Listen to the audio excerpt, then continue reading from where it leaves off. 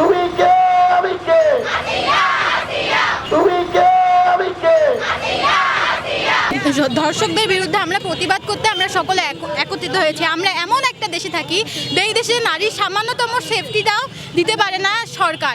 আমরা কেন এই সরকার গঠন করেছি যে সরকার আমাদেরকে সামান্য সেফটিটুকু দিতে পারবে না? আমরা এই সরকার চাই না। তুমি কে আমি কে তুমি কে আমি কে আমার ছোট বোন আসিয়ার যে ধর্ষণ হয়েছে এর বিচারের দাবিতে আমরা এখানে উপস্থিত হয়েছি।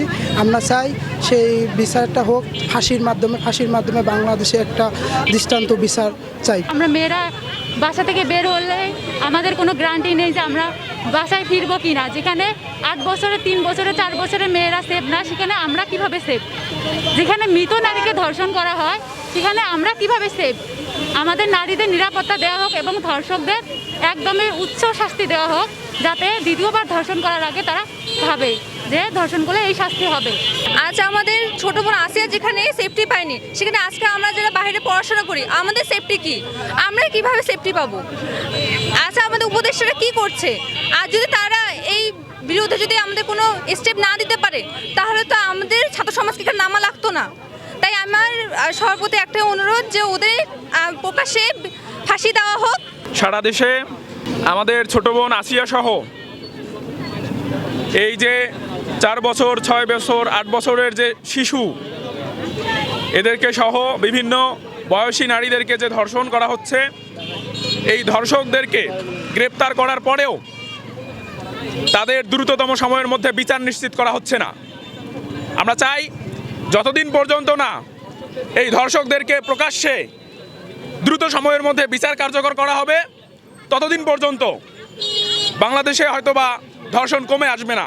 এজন্য অন্তর্বর্তীকালীন সরকারের প্রতি আমাদের দাবি থাকবে, গতকাল স্বরাষ্ট্র উপদেষ্টা এবং আইন উপদেষ্টা যেভাবে বলেছেন 90 দিনের মধ্যে বিচার কার্যকর করা, তাদের প্রতি আমাদের দাবি থাকবে তারা যেন এই ধর্ষকের ডিএনএ টেস্টের পরপরই 24 থেকে 72 ঘন্টার মধ্যেই তাদের প্রকাশ্যে মৃত্যুদণ্ড কার্যকর করে।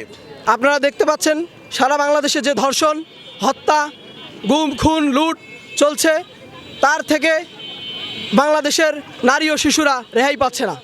তো আমরা বাংলাদেশের সরকারকে উদাত্ত আহ্বান জানাই যে বাংলাদেশের জমিনে যেন এই ধরনের যে ধর্ষণ হচ্ছে নারী এবং শিশুদের উপর, এটি যেন খুব দ্রুতই নিবৃত্ত হয় এবং খুব দ্রুতই ধর্ষকদের যেন বিচার হয়। তারই প্রেক্ষিতে আজকে আমরা এই মানববন্ধনে অংশগ্রহণ করেছি। বাংলাদেশের বৈষম্য বিরোধী ছাত্র আন্দোলন এবং কুড়িগ্রামে বৈষম্য বিরোধী ছাত্র আন্দোলন এই সাধারণ শিক্ষার্থীদের ব্যানারে এসে তাদের সাথে সংহতি প্রকাশ করে আজকে দাঁড়িয়েছে তাদের অধিকার প্রতিষ্ঠার জন্য। দর্শকদের কবর কর।